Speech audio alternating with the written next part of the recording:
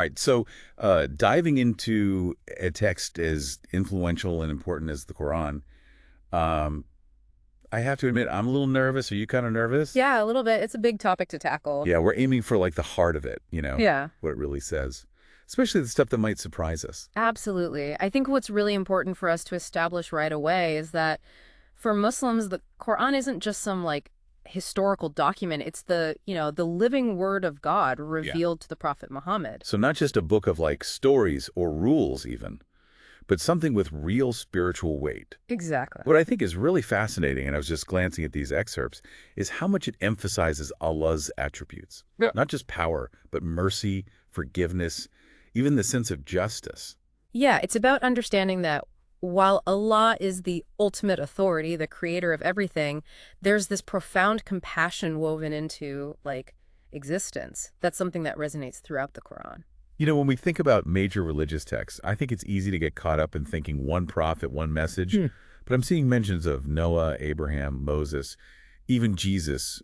That's not really what I expected. Right, and that's such a crucial point. You see, Islam recognizes all of these figures as prophets. They received God's messages in the past, and it's part of this continuous thread of revelation. Believing in all of them is fundamental. Almost like each story, each prophet, adds a layer of understanding to the bigger picture. Precisely. And it leads us to the 5 pillars of Islam, which you can think of as the foundation of a Muslim's life. 5 pillars. Okay, I'm picturing something very solid structural. What are we talking about? So imagine these pillars as the essential practices that support a Muslim's connection with God and the community.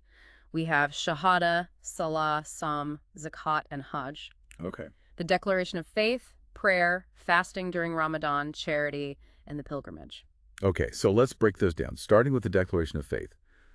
What does that actually mean for someone embracing Islam? At its heart, it's a declaration, or a testimony with 2 main parts. First, affirming your belief in the oneness of God, that there's nothing else worthy of worship. And second, accepting Muhammad as God's final prophet. So it's like drawing a line in the sand. This is what I believe. This is my foundation. Then we have prayer. I've seen 5 daily prayers mentioned a lot. Can you paint me a picture of what that Right. looks like? It's about weaving that connection with Allah into your day. 5 times a day, Muslims take a pause, wherever they are, to engage in these structured prayers, specific movements, recitations. It's really about taking a moment for that personal, direct connection. A rhythm to the day. Yeah, a moment for reflection. And then there's fasting during Ramadan. What's the deeper significance there? Ramadan is a really special time. For a whole month, Muslims abstain from food and drink from dawn until sunset. Oh, wow. It's about self-discipline, yeah, but also cultivating empathy for those who are less fortunate and really deepening that spiritual connection. Intense.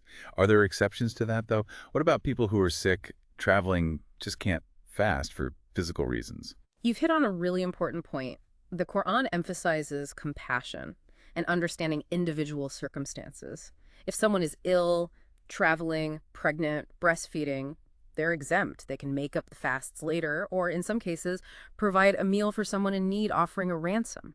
It's about adapting the practice to your capacity. I love how that's built in, that not everyone's experience is the same. All right, next up, charity or zakat. This feels like more than just dropping some coins in a jar, right? Exactly. Zakat is an obligation in Islam, not just a suggestion. Hmm. It's about recognizing that everything we have ultimately comes from God, and we have a responsibility to share our wealth, purify it, and support those less fortunate. It's a built-in system of social responsibility. That's really powerful. That brings us to the final pillar, pilgrimage or Hajj.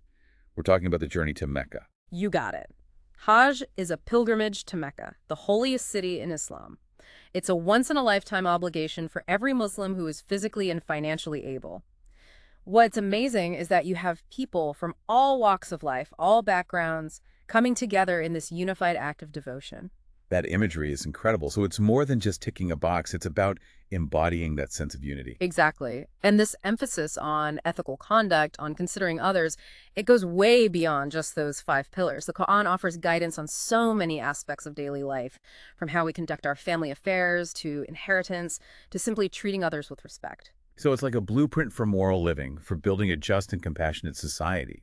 What are some specific areas where the Quran really dives into those details? Well, for example, take the concept of justice and retaliation, especially in legal matters. This is where it gets particularly interesting. Okay, so here's where it gets really interesting. What does the Quran actually say about justice? Because I think there's some maybe like preconceived notions out there. Yeah, you're right. It's a topic that often sparks debate. The Quran does endorse the principle of an eye for an eye, a life for a life in cases of murder Okay. as a form of proportionate justice. Right. However, and this is crucial, it emphasizes time and again that forgiveness and reconciliation are always the higher, more favored paths. So it acknowledges that human instinct for justice, a need to make things right, but then there's this push for a more merciful and compassionate approach. Precisely. There is this one passage that really drives this home. But if the person who had the right to retaliate forgives, then this shall be an expiation for his sins, and whoever judges with justice shall be rewarded by Allah. Wow. It's about rising above that desire for revenge and embracing a path of healing and forgiveness. Powerful stuff. What about family? I'm seeing a lot in these excerpts about like treating parents and relatives fairly. What's the Quran's stance on family ties? Family is absolutely paramount in Islam, considered like the bedrock of a healthy society. The Quran stresses honoring your parents, even as they age, and maintaining good relationships with your relatives. It even goes so far as to mandate the writing of wills to ensure a just distribution of wealth. Wow, that's incredibly forward thinking, especially for the time. Now, we can't talk about this without addressing kind of the elephant in the room, the treatment of women. It's something that's often surrounded by controversy, a lot of differing interpretations. You're absolutely right. It's a complex and nuanced issue. The Quran does address women directly in a number of verses, covering marriage, divorce, inheritance rights, and social conduct. And it's crucial to remember that these verses were revealed within a specific historical and cultural context, a world vastly different from our own. Of course. No. However, the overarching message emphasizes justice and respect for women. So how do we reconcile those seemingly different interpretations that we sometimes hear? It's all about context and understanding the nuances of the text. For instance, while some verses address women's roles within the family structure common during that time, others clearly emphasize their rights and agency. Take the verse about inheritance. For men is a share of what the parents and close relatives leave, and for women is a share of what the parents and close relatives leave. This, at a time when women often inherited nothing, was revolutionary. Right. It certainly challenges the assumption that the Quran is inherently oppressive towards women. It's about looking at the full picture, and the Quran encourages us to use our intellect, our ability to reason, and consider the context of these verses, rather than relying on surface-level interpretations. Makes sense. A reminder that understanding any religious text requires nuance, an awareness of its historical and social background. Absolutely. And speaking of context, one thing that struck me in these excerpts is how much emphasis is placed on charity and helping those in need. It's not just a suggestion, it's woven into the fabric of the faith. Right. We touched on zakat as a pillar, but there seems to be this broader theme of generosity, especially towards orphans, the poor, and travelers. What's the significance of that? In Islam, there's this beautiful understanding that our possessions are not truly ours. They're gifts from Allah, and we have a duty to share them. Acts of charity are seen as a way to purify our wealth, to acknowledge that everything ultimately belongs to God. So it's not just about personal piety, it's about actively contributing to a more just and compassionate society. Exactly. It's about recognizing our shared humanity and extending a hand to those less fortunate, particularly those who are most vulnerable. Now, on the flip side of this, there are also things that are prohibited in Islam, actions considered sinful. What are some of the things the Quran speaks out against? Okay, so we've covered the foundational beliefs, the core practices, but what about those moral boundaries? What does the Quran say about right and wrong? That's another crucial piece of the puzzle. The Quran provides clear guidelines on what is considered morally unacceptable. The most severe sin in Islam is shirk, which is associating partners with Allah, believing that anything else is worthy of worship alongside God. So maintaining that absolute belief in the oneness of God. No ifs, ands, or buts? Exactly. And beyond that, the Quran also strictly prohibits murder, adultery, stealing, bearing false witness actions that violate the sanctity of life, relationships, and basic trust. It's about living with integrity, honoring those core ethical principles. You know, what I'm finding fascinating is that the Quran doesn't just lay down the law. It uses these really powerful stories and parables to drive its message home.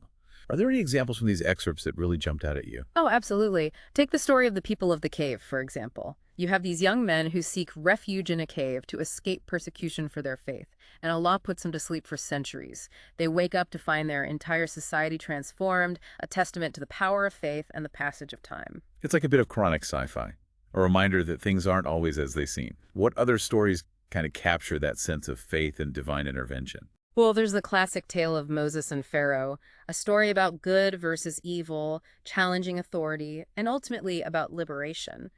These grand narratives, they really stay with you. And then there are the parables, often centered around everyday objects or experiences. Right, like the parable of the two men and their gardens, which you mentioned earlier. It's a story that really resonated with me. It's a reminder that true wealth isn't about material possessions, but about gratitude and recognizing where those blessings come from. Exactly. It's about that internal state of thankfulness, recognizing that everything we have is ultimately a gift. I'm noticing a recurring theme of gardens, particularly in relation to paradise. What's the connection there? Ugh, the gardens of paradise. The Quran often uses the image of a lush garden as a metaphor for paradise, a place of eternal bliss, overflowing with flowing rivers, delicious fruits, and the company of loved ones. It's a really powerful image, designed to capture the imagination and offer a glimpse of the rewards that await the righteous. It's a beautiful image, one that speaks to that deep human longing for peace, abundance, connection. And yet the Quran doesn't shy away from the darker side of the equation either. It also describes hell in vivid detail, a place of fiery torment for those who reject Allah's guidance and persist in wrongdoing. It serves as a stark contrast to the beauty and peace of paradise. So there's a balance. The promise of reward, the consequence of straying too far from the path. Right. Like it's not a light decision to veer off the path. There are serious consequences to think about. Exactly, and that brings us to the idea of judgment, which, features in a lot of different faiths. How does the Quran portray the Day of Judgment? Yeah, because it's not about just believing or not believing, right? It's about how our actions, they have weight, they ripple. So what happens on that final day, according to the Quran? It's described as this momentous day when all souls who have ever lived will be gathered and judged based on their deeds. The scales of justice, they're balanced perfectly. Yeah. Those who led a righteous life, their good deeds outweigh their transgressions, will be rewarded with paradise. Okay. But those who turned away from Allah's guidance, chose a path of darkness, will face the consequences of their actions in hell. It makes you stop and think, but it's not all there is. There's a bigger context. Definitely. And what I find so compelling is that the Quran doesn't shy away from these big questions. It wants you to think about it. That's what I was thinking as I was going through these excerpts. It's not just a book of rules. It really makes you think deeply about your place in the world, your relationship with the divine. Yes, exactly. And I think a lot of people forget that for Muslims, the Quran isn't something you just read once and put away. It's meant to be a living text. You come back to it. It's like that favorite book that you keep finding new things in every time you read it. Exactly. As you go deeper, the Quran is filled with so much wisdom for every part of life. Yeah. Your relationship with God, your interactions with others, even those internal struggles that we all have. Definitely. One thing that stood out to me, I'm curious to hear your take on this, is the passage about Allah being closer to us than our own jugular vein. Oh, yeah. Such a powerful image. It's an amazing verse. It really captures the essence of Allah's constant presence, his knowledge of our every thought, word, deed. It's kind of comforting, but also a little intimidating, For sure, right. Like you're never really alone. It's a lot to take in. This deep dive has really, I feel like, opened up so much for me, and I have even more questions now, but that's a good thing. I think that's the beauty of it, right? The Quran wants you to be a student your whole life. It doesn't just hand you all the answers. Instead, it wants you to ask questions, to be curious, and to find your own understanding. To start that journey, yeah. So, to our listener out there, hopefully this gave you a little taste of what the Quran has to offer. Now it's your turn to explore, think about it, have those conversations about faith and what it all means. What a journey this has been. Thanks for joining us, everyone.